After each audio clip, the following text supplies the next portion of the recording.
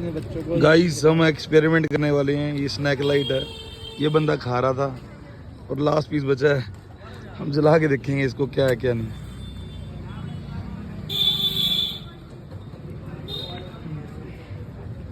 बच्चों को खिलाना कि नहीं खिलाना? ओ भाई प्लास्टिक है ये सारा।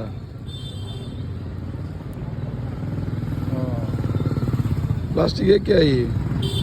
आप ही बता दो, जो देख रहा है बंदा, आप ही बता दो क्या है ये। पर जल तो गया है ये, देख लो अच्छे से।